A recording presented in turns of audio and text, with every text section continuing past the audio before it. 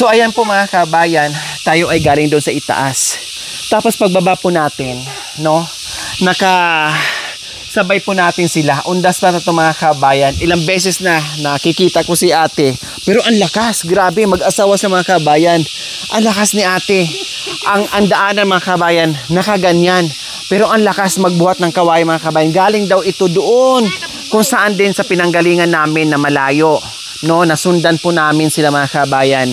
No, na-overtaken namin, no, nakasabay namin kasi nga may dala-dala sila, nakailang beses kailangan magpahinga mga kabayan para mabuhat nila at may akyat nila yung dala-dala nilang kawayan. Saan kayo galing ate? Ilagay ko muna tong mic para marinig kita ha. Saan kayo galing ate? Diyan po sa itaas. Anong pangalan mo? Ira. Si ate Ira. Grabe ha, kanina pa ako nakatingin sa'yo. Sabi ko, grabe naman tong babae ito. Saan to kumukuha ng lakas? No, anong gagawin niyo dyan sa kabayan? Gagawin po ng papag. Gagawin ng papag. Opo. No, and then, ano pang ibang gagawin dyan? Papag lang? Papag lang talaga? Papag saka, yung iba pong hahakutin doon, yung 10, gagawin po ng dingding. Meron pang 10 kawayan. Opo. Sino maghahakot? Kami pong mister ko. Grabe, wala bang ibang maghahakot? Nakasama ni kuya? Wala Bakit po. ikaw pa? Ilan ang anak nyo? 5 po. 5, nasaan ngayon? Yung grade 6 ko po, nag-aalaga ng Nag-aaral? bungso ko po. Nag-aalaga. And then, nandoon ngayon sa bahay nyo. Saan ba Opo. bahay nyo? Doon po sa may mangga kaso may abukado po siya. So, katabi ng mangga at saka abukado, napagitnaan. So, ang bahay nyo doon. Saan kayo kumuha ng kawayan? Doon din. Dito po kay Tita Sawa. Saan kayo dumaan? Diyan po sa ilalim na may maraming kahoy po. Grabe, Diyos ko. Ako nga nakatungkod mga kabayan. Ang kawayan ginagawa kong tungkod. Sa kanya ang kawayan, pinapasaan niya. Saan kayo dadaan? Dito na lang daw po kasi straight po itong daan. Saan kayo dito dadaan? Opo. Patag. Bakit dito kung dadaan? Mahirap po kasi iliko yung kasi may talahin. Doon muna kayo dadaan tapos paganyan kayo. Opo. Okay. Sige, tara, sabay tayo.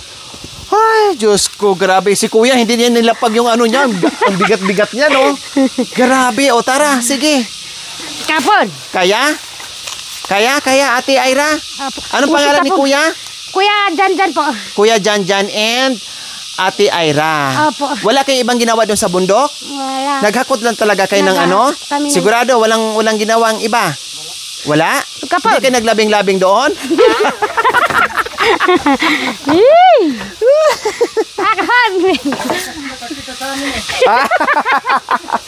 Hindi natuloy.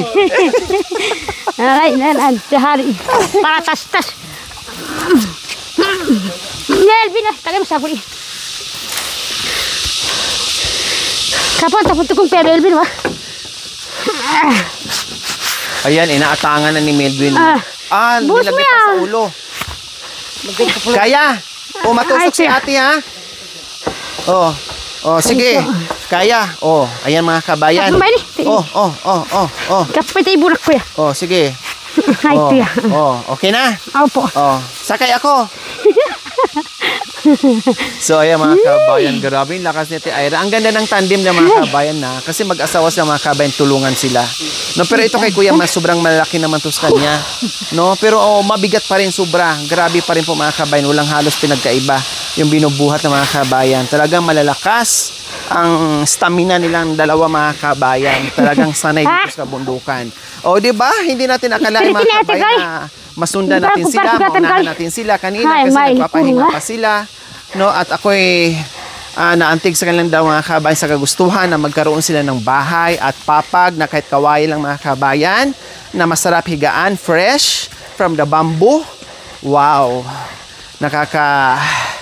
Sarap tingnan po mga kabayan. Nakakabilib po tingnan mga kabayan yung ginagawa sa mag-asawa. Siyempre, ginagawa po nila yung mga kabayan. Sila lang naghakot. Natural, magbayad ka. Kung iba ang utusan mo, natural, magbigay ka, magpakain ka. O kailangan may budget. No, kung iba ang utusan mo. Siyempre, kulang sa budget. No, kaya sila na lang po mga kabayan ang gumawa ng paraan na kahit mahirap man gawin, sila na lang ang umakyat at baba. Kuya, wag po kayo masyadong baka matusok po kayo sa dulo ng ni ate. Huwag ka masyadong dumikit. So, ganyan po ang ginagawa nila. Magpahinga lang po kayo ha, pag hindi na po kaya. Huwag niyo pong pilitin.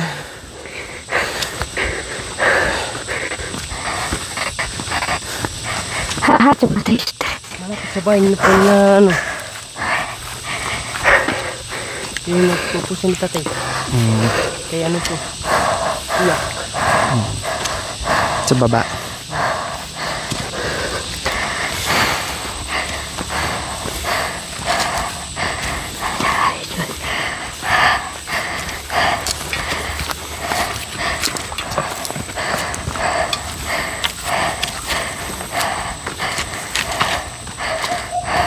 Ano yan?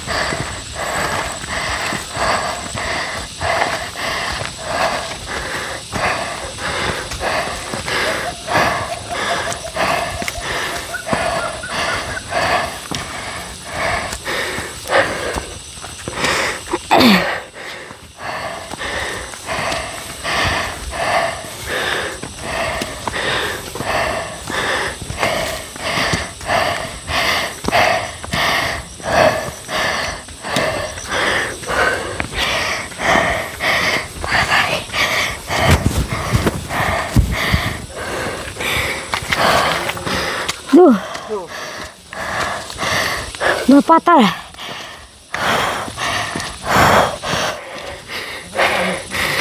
Bakit yan?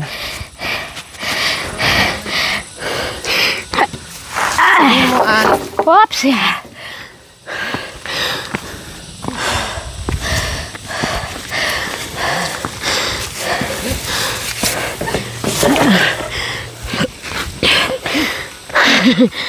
Ay. Adat. Adat amore. Oops. Dito. Kuya. Mat ka na maman. Mas. Bayad pala to ah.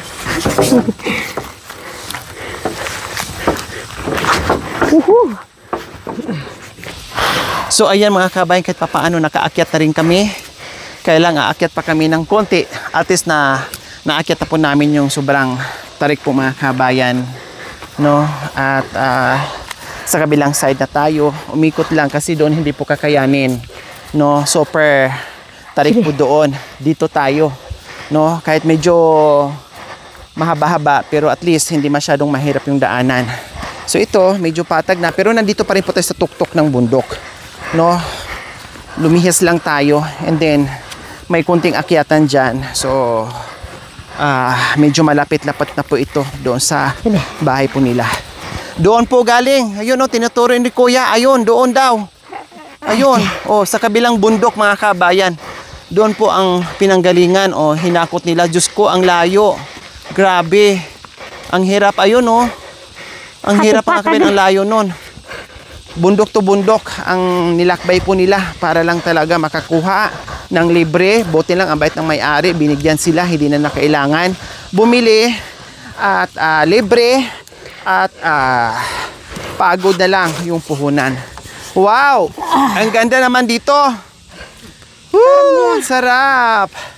Pahinga muna tayo. O may ano ha, may pupo dito ng aso. Yan. Saan bahay nyo? Sa kabila. Ay, malayo pa? Oh, malayo. Doon mandanan Ay, ni akala ko Berong. banda rito. Doon mandanan ni Berong. Sa kanto doon lang. Dadaan kay tatay dyan? Oh, doon. Oh, Doon pa. Pandanan ni. Doon. Diyan lang tayo. oh dito na dadaan. Akala ko dyan banda bahay nyo. Dito pala. Oh, ang layo ah. Tingnan niyo mamaya. Wala nang tubig, kuya. Naubos na. Dito kayo, tabi kayo. Pag sa gabi, magkatabi, magkadikit. Pag araw, kunwari, galit-galit. Pero ang isip pala, mamaya na lang ha. Mamayang gabi na humanda ka sa akin. Kayo talaga. Grabe mga kabayan, no? Grabe yung pinagdaanan ng mag-asawang ito para lang taas yung mga kawayan na gamitin na pang papag at gamitin na pang dingding sa bahay nila. Hindi nila iniinda mga kabayan yung layo. Ayun no, yung kawayan, ang layo nun. Iniikot-ikot ng mga kabayan. Kasi wala namang daanan na straight, inikot-ikot nila para lang maakyat. Pero nandoon pa rin yung smile, yung tawa. 'Di ba? Hindi nakasimangot, hindi galit yung mukha, hindi yung problemado yung mukha. Chill, tawa pa din. 'Di ba? Hindi kayo nakakaramdam ng pagod? Hindi naman. Anong oras kayo umalis kanina? Alas 5. Alas 5 ng umaga? Hapon. Nag-umpisa kayo Pakaman ako mga alas 4. mga alas 4. So, ngayon lang kayo naghakot. Kailan kayo nagputol ng mga kawayan? Ngayon lang din? Kahapon. Or kahapon? Kahapon kayo nagputol. And then, binalikan nyo ngayon para maghakot kayo. O, kumusta naman ang buhay-buhay, Ate Ira? Okay naman po. Okay naman. Walang problema. Walang problema sa naging eleksyon nyo? Sa mga binoto nyo, walang problema? Pero mayroon namang nakuha. Mga bubuti naman sila. Mga mabubuti naman sila. Lalo na yung nagbigay. Joke lang. So, grabe mga kabayan ang isagot sa atin, no? Despite sa mga pinagdaanan nila, walang ibang isagot sa iyo. Okay lang, mabuti. No? Kahit mahirap ang buhay, kahit mahirap yung dinadanas nila, mabuti pa din. Ganyan sila ka-positibo. Kayo naman kuya, kumusta naman po ang iyong trabaho? Hindi, wala naman akong trabaho. Anong mga sinasaka nyo o mga pananim nyo? Gulay-gulay. Anong klaseng gulay po? Mga kamalyan. Saka obi. Malalaki na. Ganyan lang. Saan po banda bang mga taniman nyo? Doon. Saan? Sabi ng bahay. Meron po kayo doon. Yung bang papunta doon sa ibaba? Oo, dyan. Kanila Munay? Oo. Marami na palang bahay ngayon dyan, nadagdag. Marami. Kasi dati nung bago pa ako dito, ilan-ilan ang bahay dyan. Ngayon may nakikita na ako dyan. Isa pala kayo sa nadagdag na pabahay dyan. Gusto pang yung banda doon, gusto nila dyan lang Lumipat. Bakit doon pinapaalis po kayo? pinapalis po doon. Lahat ng kapitbahay nyo po doon pinapaalis. Oo. Kaya kayo, inunahan nyo na. Umalis na kayo doon. Anong nangyari po doon sa bahay nyo na iniwan? Hindi. Sinira nyo? Tinanggal. Sinira nyo tapos nilipat nyo po dyan. Okay. Sako. Sako? Sako pa lang maaari. Wala pa lang kwenta eh. Diba? Alangan naman, powerful pa yung sako. Matapang po yung sako kaysa sa tao. Parati naman nandyan sa bayan. Apo. Ilang buwan na ba kayo nakalipat dyan sa bago nyong tirahan? 5 buwan. 5 buwan. Matagal-tagal na rin pala. No? Buti si Ate Ira, Kuya Jan, swerte kayo kasi bihira yung mga asawa na tulad ni ate na tumutulong sa mabibigat na gawain. 'Di ba? Yung ibang asawa talaga nasa bahay lang, hindi lang kaya kung tutulong man, halimbawa yung gawaing bahay lang din, pero ikaw swerte kasi hindi ka nahirapan. Bakit ba kayo lang ang bumuhat nitong mga kawain na mabibigat? Bakit hindi kayo nag-utos sa ibang tao? Wala pang pagbayad. Ha? Walang pagbayad. Walang pangbayad? Wala bang bayanihan? Wala. 'Di ba? May bayanihan naman ng mga katutubo, mahilig naman sa bayanihan, walang ganon? Wala. Talagang kayo lang. Nandun pa yung 10. Diyos ko, ang dami pa nun, 10. 5 balik nyo pa yun, tagdala-dalawa. O 5 balik, kaya mo yun, Ate Ira? Mga lalaki, ganyan. Paano pag sobrang lalaki na? 1 piraso na lang bitbitin. 1 piraso. Pag ganito kalalaki, okay pa lang. Pwedeng 2. Pag sobrang laki na talaga, tagi 1 piraso na lang. Kung yung 10, 10 balik din, tagli 5 balik kayo, kumbaga. Diyos ko, grabe mga kabayan, no? Sipag, tiyaga, determinasyon, kailangan matapang ka sa bundok tumira mga kabayan kasi kung mahina ang loob mo at mahina yung mga tuhod mo, palyado, hindi ka pwede. Hindi ka mabuhay sa bundok, mga kabayan. Kasi mahirap ang pera dito, no? Ang pwede mo lang gawin, kailangan maging masipag ka para magkapera ka ng konti, pambili mo ng bigas. Hindi mo maasahan na magkapera ka ng malaking pera dito, mga kabayan. Unless lang kung may ma-harvest ka na marami-rami na mga root crops, pero one time, big time lang din, madaling maubos. Halimbawa, makabenta ka ng 50 mil sa loob ng isang taon. Bakit 50 mil? Hindi mo ba kakainin yon? Siyempre, ibibili mo rin yon.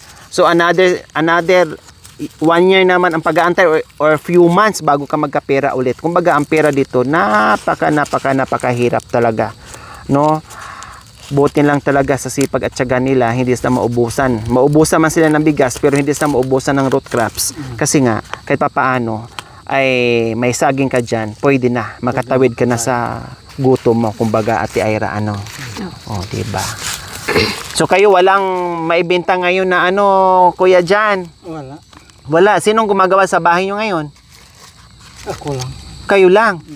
Sino ang katuwang nyo na mag-aabot sa mga helper nyo? Ha? Marunong kayo gumawa ng bahay? O, buti naman. Libre. No? Tipid. Hindi nagagastos. Kasi kung mayroon kang karpintero, swelduhan mo, pakainin mo, pakapihin mo, merienda mo, lahat magastos. Diba? Pero tulad mo na nakakatipid na marunong gumawa ng bahay, ay ayos. Kahit si Ate Ira na ang mag-helper sa'yo, no? Ate Ira, 5 ang anak. Ilang taon na yung panganay? 8. 8 years old. Nag-aaral. Sa kasukan siya, grade 7. Wow! Grade 7 na sa... Yung pangalawa, mag-grade 6. Grade 6 na naman. Saka Tapos yung dalawang kambal, mag-grade 2. Grade 2. Ang dami mo ng estudyante. Isang grade 7, isang grade 6, tapos ang kambal mag-grade 2. 4 ang estudyante mo. Kumusta yung 4 na estudyante na napakalayo ng eskwelahan? Paano yon? Nilalakad nila? Nilalakad nilang po. Pati yung mga kambal? Opo. Diyos ko, yung mga kabayan. Maaga-aga. Nasa purgatorio yung eskwelahan ng mga kabayan, tapos nandito manggaling, nilalakad nila. Parang ako nung araw. Pero sipag at tiyaga lang. Hindi naman sila nagsasakay sa may Talagang lakad lang sila. Huwag kayong magsawa na magpaaral o magsabi sa kanila, i-encourage yung mga bata na magtiis lang kayo, ha? Huwag kayong mapagod sa layo ng eskwelahan na nilalakad nyo. Huwag kayong mapagod, akyat panaog sa kabundukan para lang marating yung eskwela nyo para sa kinabukasan nyo, ha? Kahit mahirap yung buhay, tama yung ginawa nyo. Ako'y napabilib sa inyo. Ang hirap ng buhay, magpaaral, hindi basta-basta. Magpakain ka, no? Maraming bayarin sa eskwelahan, magpadamit ka, mga projects, etc. etc. Ang dami. Pero ako'y napahanga sa inyo lalo kasi 4 yung estudyante, 4 yung anak ay puro nag-aaral. Yung bunso na lang kasi hindi pa pwedeng mag-aral. Wow, ang galing nyo, ha? Ako'y napahanga sa inyo. Yan ang mga nanay. Bakit prosigido kayo na makapag-aral ang mga anak nyo? Ikaw muna, Ate Ira, bakit? Bakit pinaaral nyo yung mga anak nyo na ang hirap-hirap naman ng buhay? Para po matuto sila. Parang paglaki nila, alam nila yung gusto na magtrabaho sa bayan. Parang alam nila po, ay, ganito natuto ako. Kasi kahit mahirap yung buhay ng nanay ko, pinagtyagaan ako, pinag-aral hanggang natapos ako sa pamag-aral ko. Sabi kasi nung kapatid ko nasa Tokwing, kapatid ko sa ama, Opo. ate, pagtyaga mo yung mga pamangkin ko na paaralin sa school kahit mahirap. Kahit nga nagmi-meeting ikaw mag-isa, maglalakad ka lang para marating ng pinapaano ng mga teacher. Sabi nila, bakit ikaw hanap? Saan ka nga lang pumunta? May estudyante pa ako sa baba, 2. Kabila. Yung grade 1 ka ako doon. Akyat na naman ako doon sa Kabila sa taas. Punta muna ako sa grade 6. Mag-ano muna, Perma na naman para umaten na meeting. Doon na naman sa grade 5. Doon na naman ako. Ay, akong ganyan pag-apat yung anak ko, hindi ko na kayang ganyan. Sabi nila, sa iba, parang pinadiscourage kayo. Ako kasi kahit ako mahirap, kakayanin ko. Para ako nag-alaga ako ng kambal, nakaganyan ako yung kambal. Dito yung Kabila. panganay, dito ako yung babae. Nakaganyan ako. sinasabi nila, ay, pamigay mo na yung isa. Ay, hindi ko ako pamigay, hindi ka ako tutay yung anak ko. Kahit ka akong mamatay ako sa hirap, basta ka ako nasa akin ka ako yung dalawang kambal ko. Ay, kami nga yan, pag may ganyan ng kambal, ay, pamigay ko na, hindi ko na kayang buhayin yan eh. Ay, sabi ng mister ko, hindi, kaya natin pagtyagaan yan kahit Tama. magkakuba-kuba na tayo, maghahanap ng puso Tama. ng saging, Hala, sige. mabubuhay natin sa ano yan, sa gatas kasi, mahal po yung gatas na binibili namin. Ganyan po kasi pag dalawang kambal. Pero awa ng Diyos, ngayon nakapag-aral na sila. Grade 2 na. Oh, so, ibig yung sabihin, ate, gusto nyo talaga makapagtapos ng mga anak nyo o makapag-aral kasi ayaw nyo matulad yung buhay nila pagdating ng panahon kung ano yung buhay nyo. Para kahit papaano makapagtrabaho sila sa patag, may matutunan sila, at pagdating ng panahon na meron silang pamilya na, para naman kahit papaano, hindi sila mahirapan. Wow. So, ganyan mga magulang, no? Yung mga magulang, hindi iniinda yung hirap sa kabundukan, no? Para lang makapag-aral yung mga anak nila at mabigyan ng magandang kinabukasan. Kayo naman, Kuya Jan, bakit? Lalo na kayo yung padre de pamilya, kayo yung kikilo sa lahat-lahat, kayo yung sasalo sa lahat-lahat ng hirap. Kayo naman, bakit pinapaaral nyo po yung mga anak nyo? Hindi ba kayo napapagod sa trabaho dyan para makapag-aral ang mga anak nyo? Bakit po? Hindi naman ako napapagod. Kahit na tumanda ako. Sa hirap at ginhawa, igagapang nyo po yung mga anak nyo para makapag-aral. Wow! Ang swerte naman po mga kabayan, no? Tulad ng sinabi sa mga magulang, kapwa Aita ni Ate Ira, no? Sabi daw sa kanya, ang dami mo namang estudyante, mahirap ang buhay. Bakit sabay-sabay? Tulad nung umatin ng meeting. Siyempre, pag sabay-sabay ang meeting, hindi alam ni Ate Ira kung saan niya uunahin, kung saang kwarto siya papasok, no? Kung sinong anak ang unahin niya na para lang maka-attend siya ng meeting mga kabayan. Pero ganun pa man, kahit sobrang busy o sobrang hirap, nandoon pa rin yung suporta tuwing meeting.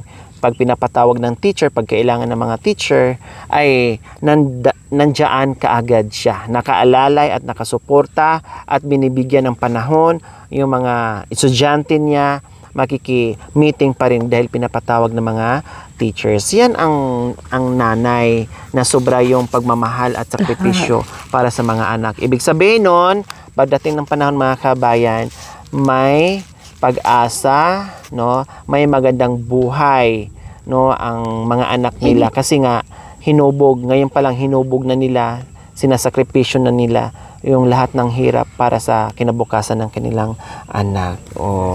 Ganun pa man po mga kabayan, no? On the spot nga to. Hindi namin alam na mayroon kami kasabay, no, sa aming paglalakad pababa din kami nakabundukan. Sila din nauna ng konti sa amin. Huminto lang doon sa sibol para uminom ng tubig. Siguro para malamigan, no, dahil napakalayo ng nilakad nila. Tapos kami naman din pababa din. Hindi nagkasabay kami paakyat. Okay, siyempre ano pa bang gagawin natin? No, sa abot ating makakaya, kung ano yung pwede nating ma-share sa kanila mga kabayan.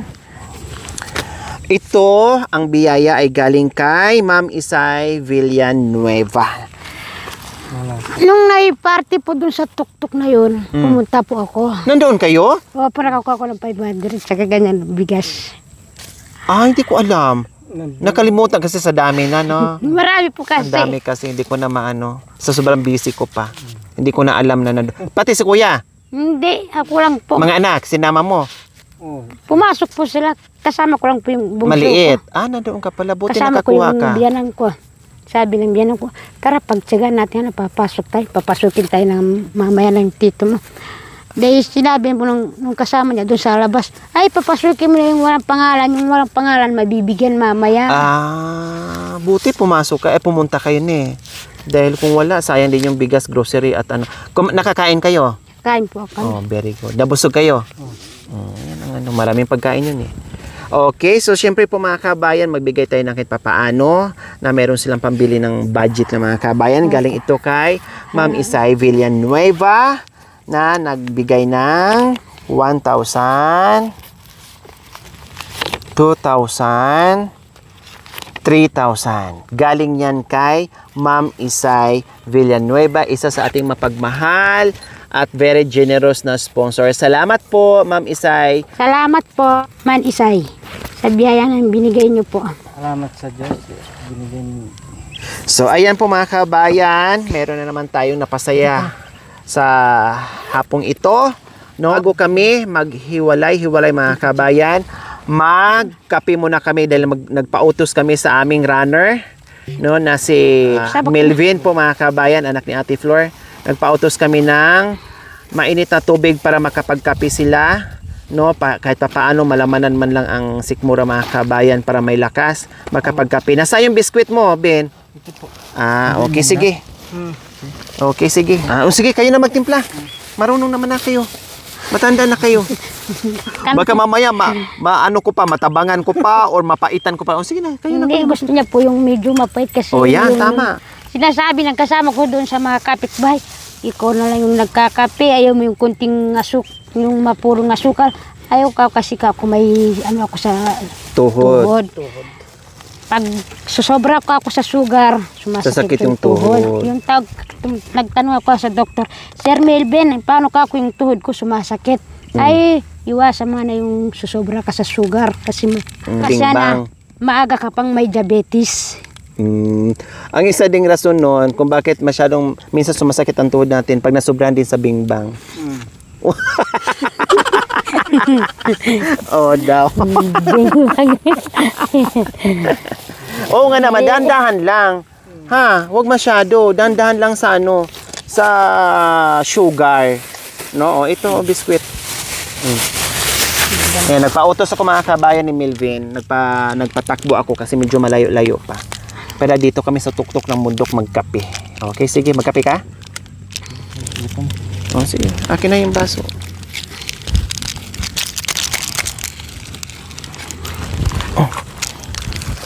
Ano nangyari ito sa baso natin? Kape tayo. Kakape yung cameraman mga kabayan. Kaya ito.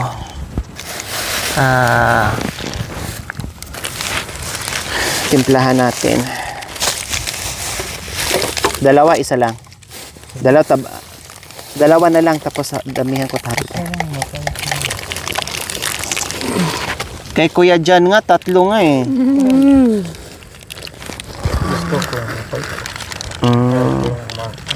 Dalawa nga Kuya kasi damihan ko na lang. Malaki kasi yung baso.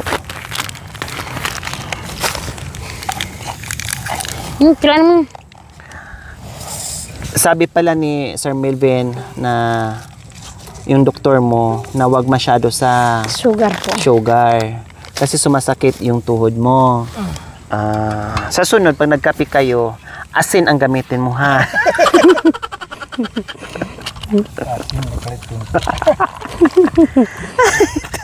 Tapos pag bumalik ka sa doktor mo, sabihin, ay, Sir Melvin, hindi na po sumakit yung ano ko, Dok. Sabihin mo, kasi Dok, pag nagkakape ako, hindi na ako gumagamit ng asukal. Asin na. Sarap mariga. Ito. May biskwit. Sarap ang biskuit. Yeah. Para kasi toyo.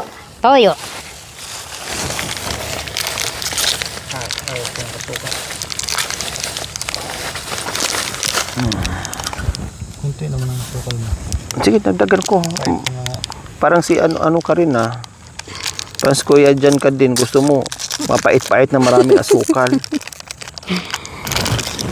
Pangit yung maraming asukal. Sarap ha? Masarap-sarap, syempre, mangyaman. Nasanting maapon magkapay. Talaga. Lalo pag malamig, no? Lalo na kapag palapit na yung ulan. May payaw naman na tayo eh.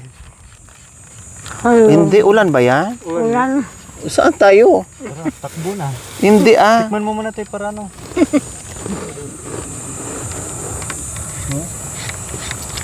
Ulan na.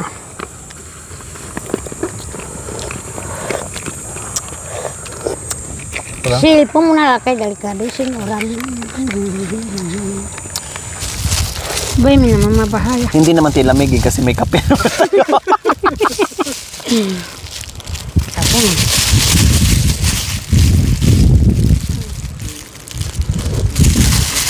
paparating mga kabayan ng ulan. Wala kami magawa. Buti lang meron kami dadalang payong. No, magpayong na lang kami mga kabayan. Bitin na.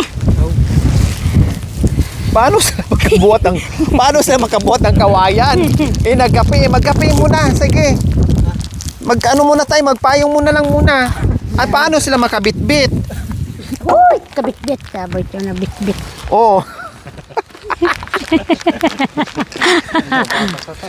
Mababasa tayo. Yung payong kuya, bigay mo. Hindi na, huwag na. Uy, sinaka. Magkape ka na. Magkape ka po. Kahit mabasa? So ayan po mga kabay, nahabol kami ng ulan. So mag-evacuate kami ngayon. O tara. Siyempre hindi ko iiwan yung kape ko mga kabay. Bahala na dyan, basta bit ko yung kape ko.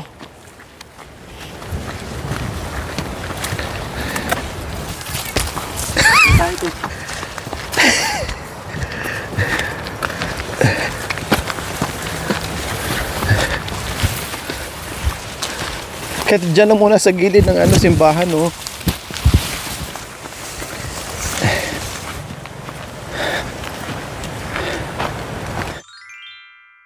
Thank you for watching. Don't forget to like, share, and subscribe.